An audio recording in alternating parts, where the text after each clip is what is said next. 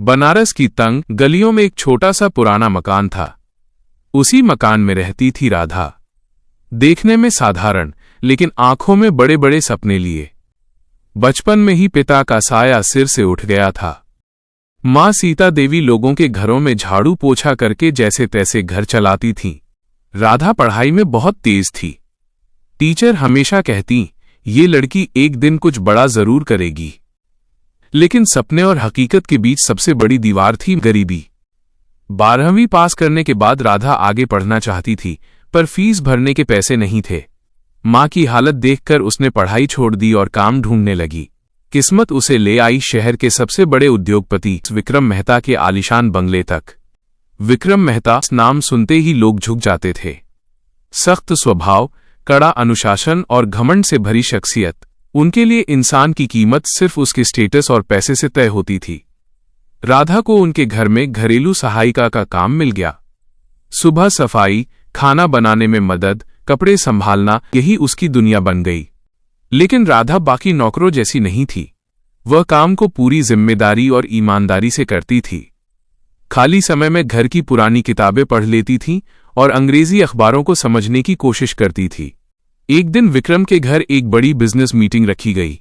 अचानक उनके निजी सहायक की तबीयत खराब हो गई और पूरा शेड्यूल बिगड़ने लगा। तभी विक्रम की नजर राधा पर पड़ी। तुम पढ़ी लिखी हो? जी सर, 12वीं तक, राधा ने डरते हुए कहा। आज मेरी मदद करोगी? फाइलें संभालनी है, मेहमानों को कॉफी सर्व करनी है और नोट्स लेने हैं। राधा घबरा गई। उस दिन उसने इतनी समझदारी से काम किया कि विक्रम भी दंग रह गया। पहली बार विक्रम ने किसी गरीब लड़की में इतनी काबिलियत देखी थी। कुछ दिनों बाद विक्रम ने उसे अपने ऑफिस में छोटी नौकरी दे दी। अब राधा फाइलें संभालती, ईमेल टाइप करती और मीटिंग्स का रिकॉर्ड रखती। लेकिन ऑफिस के बड़े बड़े पढ़े लिखे लोग एक नौकरानी से बनी असिस्टेंट को कैसे बर्दाश्त करते? हर रोज उसका मजाक उड़ाया जाता। देखो देखो, मैडम जी आ गईं। ये फाइल समझ भी पाएगी या नहीं? राधा सब सुनती, लेकिन चुप रहती। उसका लक्ष्य साफ था, खुद को साबित करना। इसी बीच कंपनी में एक बहुत बड़ा प्रोजेक्ट आया। पूरा दारोमदार उसी पर था। एक दिन अचानक उस प्रोजेक्ट की सबसे जरूरी फाइल गायब हो गई। सारा इल्जाम राधा पर लगा दिया गया। विक्रम गुस्से से आग बबूला हो गया। मुझे पता था, तुम जैसे लोगों पर भरोसा करना ही सबसे बड़ी गलती है। राधा की आंखों में आंसू भर आए। सर, मैंने कुछ गलत नहीं किया, मैं निर्दोष हूं। लेकिन किसी ने उसकी बात नहीं सुनी और उसे उसी दिन नौकरी से निकाल दिया गया। राधा टूट गई। उसे लगा जैसे उसकी सारी मेहनत और ईमानदारी सब खत्म हो गई। घर आकर वो रात भर रोती रही। माँ ने सिर्फ इतना कहा, सच कभी हारता नहीं बेटा। कुछ ही दिनों बाद सच्चाई सामने आ गई। फाइल किसी और ने नहीं, बल्कि उसी ऑफिस के सीनियर मैनेजर ने छुपाई थी, क्योंकि वो राधा की तरक्की से जलता था। विक्रम को अपनी गलती का एहसास हुआ और पहली बार उसके घमंड को ठेस लगी। वो खुद राधा के घर पहुंचा। मुझसे बहुत बड़ी गलती हो गई राधा, क्या तुम वापस आओगी? राधा ने शांत स्वर में कहा, सर, इंसान सिर्फ पैसों से बड़ा नहीं होता, भरोसे से बड़ा होता है। आपने मुझ पर भरोसा नहीं किया। विक्रम की आंखें झुक गईं। मुझे माफ कर दो। मैं वादा करता हूं, अब तुम्हारा सम्मान कभी कम नहीं होने दूंगा। राधा वापस लौटी, लेकिन अब पहले से ज्यादा मजबूत बनकर। विक्रम ने उसे पढ़ाई पूरी करने में मदद की। राधा ने ग्रेजुएशन किया, फिर MBA भी। धीरे धीरे वो कंपनी की सबसे काबिल और भरोसेमंद कर्मचारी बन गई। अब ऑफिस में कोई उसका मजाक नहीं उड़ाता था। सब उसे सम्मान से मैडम कहने लगे। इसी दौरान कंपनी पर भारी आर्थिक संकट आ गया। सारे बोर्ड मेंबर्स घबरा गए, लेकिन राधा ने एक नई रणनीति बनाई। दिन रात मेहनत करके उसने कंपनी को डूबने से बचा लिया। उस दिन विक्रम ने सबके सामने कहा, अगर आज ये कंपनी जिंदा है तो सिर्फ राधा की वजह से। वो पल राधा के जीवन का सबसे गर्व भरा पल था। समय के साथ विक्रम के दिल में भी बदलाव आने लगा। जिस इंसान को वो कभी मामूली समझता था, वही अब उसकी जिंदगी का सबसे जरूरी हिस्सा बन चुकी थी। उसे एहसास हुआ कि वो राधा से प्यार करने लगा है। लेकिन समाज की दीवारें ऊंची थीं, एक अरबपति और एक साधारण परिवार की लड़की। विक्रम ने बहुत सोचने के बाद एक दिन राधा से कहा, राधा, तुमने मुझे इंसान बनना सिखाया है। मैं अपनी बाकी जिंदगी तुम्हारे साथ बिताना चाहता हूं। राधा चौंक गई। सर, मैं आपके लायक नहीं हूं, विक्रम ने मुस्कुराकर कहा। लायक मैं नहीं था, तुमने मुझे लायक बनाया है। कई विरोध हुए, सवाल उठे, बातें बनी, लेकिन आखिरकार सच्चे प्यार की जीत हुई। दोनों ने शादी कर ली। ये सिर्फ दो लोगों का मिलन नहीं था, ये सोच की जीत थी, इंसानियत की जीत थी। राधा ने साबित कर दिया कि इंसान की पहचान उसकी गरीबी से नहीं, उसकी मेहनत और ईमानदारी से होती है। और विक्रम ने सीख लिया कि सच्ची अमीरी दिल की होती है, पैसों की नहीं।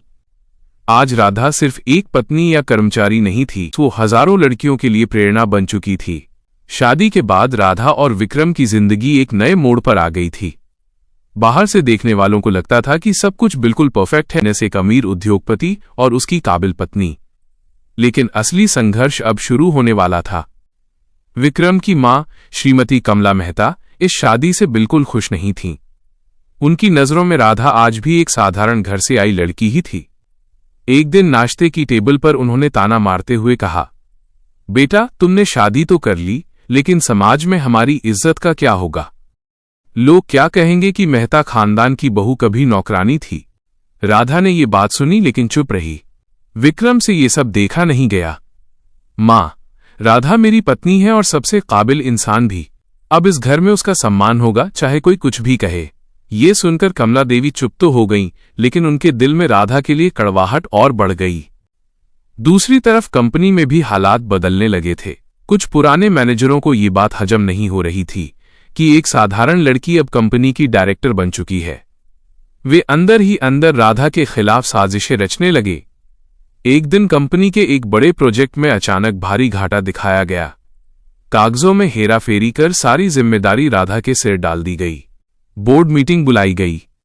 सभी लोग राधा पर सवाल उठाने लगे। आपके फैसलों की वजह से कंपनी को नुकसान हुआ है, आप इस पद के लायक नहीं हैं।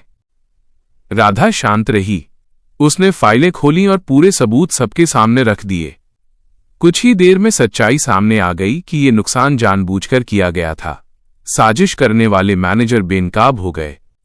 उस दिन पूरे बोर्ड के सामने विक्रम ने गर्व से कहा, मुझे गर्व है कि राधा सिर्फ मेरी पत्नी नहीं, इस कंपनी की सबसे मजबूत स्तंभ है। लेकिन मुश्किलें यहीं खत्म नहीं हुईं। कुछ महीनों बाद विक्रम के सबसे बड़े बिजनेस प्रतिद्वंद्वी रोहित मल्होत्रा ने उनकी कंपनी को बर्बाद करने की नई चाल चली। उसने बाजार में झूठी अफवाहें फैला दी कि मेहता ग्रुप दिवालिया होने वाला है। शेयर गिरने लगे और इन्वेस्टर्स घबराने लगे। विक्रम पूरी तरह तनाव में आ गया। एक रात उसने राधा से कहा, मुझे समझ नहीं आ रहा क्या करूं, सब कुछ हाथ से फिसल रहा है। राधा ने उसका हाथ पकड़कर कहा, आप अकेले नहीं हैं, हम मिलकर इस मुश्किल से निकलेंगे। राधा ने दिन रात मेहनत शुरू कर दी। उसने छोटे छोटे कर्मचारियों से बात की, नए प्लान बनाए और पुराने क्लाइंट्स का भरोसा दोबारा जीता। धीरे धीरे हालात सुधरने लगे। लेकिन इसी बीच एक और तूफान आया। मीडिया में खबर फैल गई कि विक्रम ने अपने फायदे के लिए एक गरीब लड़की से शादी की है और उसे मोहरा बनाकर कंपनी चला रहा है। राधा के चरित्र पर सवाल उठाए जाने लगे। टीवी चैनलों पर बहस होने लगी और सोशल मीडिया पर लोग भद्दे कमेंट करने लगे। राधा अंदर से टूट गई। उसने विक्रम से कहा, शायद मेरी वजह से आपकी इज्जत खराब हो रही है, मुझे इस घर और कंपनी से दूर हो जाना चाहिए। विक्रम ने गुस्से में कहा, कभी ऐसा मत कहना, तुम मेरी ताकत हो, कमजोरी नहीं। अगले दिन विक्रम ने प्रेस कॉन्फ्रेंस बुलाई। पूरे देश के सामने उसने कहा, राधा मेरी पत्नी ही नहीं, मेरी प्रेरणा है। आज जो भी हूं उसी की वजह से हूं। अगर किसी को इस बात से परेशानी है तो ये उनकी सोच की समस्या है, हमारी नहीं। ये बयान सुनकर राधा की आंखों में आंसू आ गए। आज उसे पहली बार महसूस हुआ कि विक्रम सच में उसका सच्चा साथी है। समय बीतता गया। राधा ने मेहता फाउंडेशन की शुरुआत की, जहां गरीब बच्चों को मुफ्त शिक्षा मिलने लगी। वही बच्चे जिनके लिए कभी किसी ने नहीं सोचा था, आज बड़े बड़े सपने देखने लगे। एक दिन उसी फाउंडेशन के कार्यक्रम में राधा ने भाषण दिया, मैं भी कभी आप ही लोगों की तरह थी, गरीब, कमजोर और डरी हुई। लेकिन अगर इंसान खुद पर भरोसा करे तो कोई भी सपना असंभव नहीं होता। पूरा हॉल तालियों से गूंज उठा। कमला देवी भी वहां मौजूद थीं। पहली बार उन्होंने राधा को सिर्फ बहू नहीं, एक मजबूत औरत के रूप में देखा। कार्यक्रम के बाद उन्होंने राधा का हाथ पकड़कर कहा, बेटा, आज मुझे समझ आ गया कि मेरे बेटे ने तुम्हें क्यों चुना था। मुझे माफ कर दो। राधा ने मुस्कुराकर उन्हें गले लगा लिया। आज राधा सिर्फ विक्रम की पत्नी नहीं थी, वो हजारों लोगों की उम्मीद बन चुकी थी। और विक्रम, वो घमंडी बिजनेसमैन से एक सच्चा इंसान बन चुका था। लेकिन जिंदगी में अभी और भी मोड़ आने बाकी थे।